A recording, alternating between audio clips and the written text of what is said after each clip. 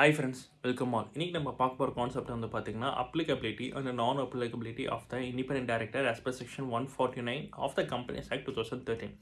So இந்த independent appointment யாருக்கெல்லாம் applicable கிடையாதுன்னா private limited company, joint ventures, wholly owned subsidiary and dormant company as per section 455 of the companies act. இவங்களுக்கெல்லாம் வந்து பார்த்தீங்கன்னா appointment of independent director வந்து பார்த்தீங்கன்னா applicable கிடையாது.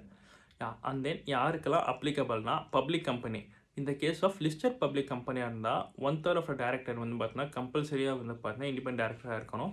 அண்ட் இந்த கேஸ் ஆஃப் அன்லிஸ்டட் பப்ளிக் கம்பெனியாக இருந்துச்சுன்னா அவங்க வந்து பார்த்தீங்கன்னா 3 கண்டிஷன் சொல்கிறாங்க. அந்த 3 கண்டிஷன்ஸில் ஏதாச்சும் ஒரு கண்டிஷன் சாட்டிஸ்ஃபை பண்ணால் கூட கம்பல்சரியாக வந்து பார்த்தீங்கன்னா இண்டிபெண்டன்ட் டேரக்டர் அப்பாயிண்ட் பண்ணி ஆகணும். அது என்ன கண்டிஷன்ஸ்னால் whether the paid up share capital வந்து பார்த்தீங்கன்னா கிரேட்டர் தான் ஈக்குவல் 10 crore இருந்தால், இல்லைனா whether the loans, debentures and deposits மொத்தமாக சேர்த்து 50 கோடிக்கு மேலே இருந்தால், இல்லைனா வந்து பார்த்தீங்கன்னா டேர்ன் ஓவர் வந்து பார்த்தீங்கன்னா greater than and equal to 100 crore மேலே இருந்தால்.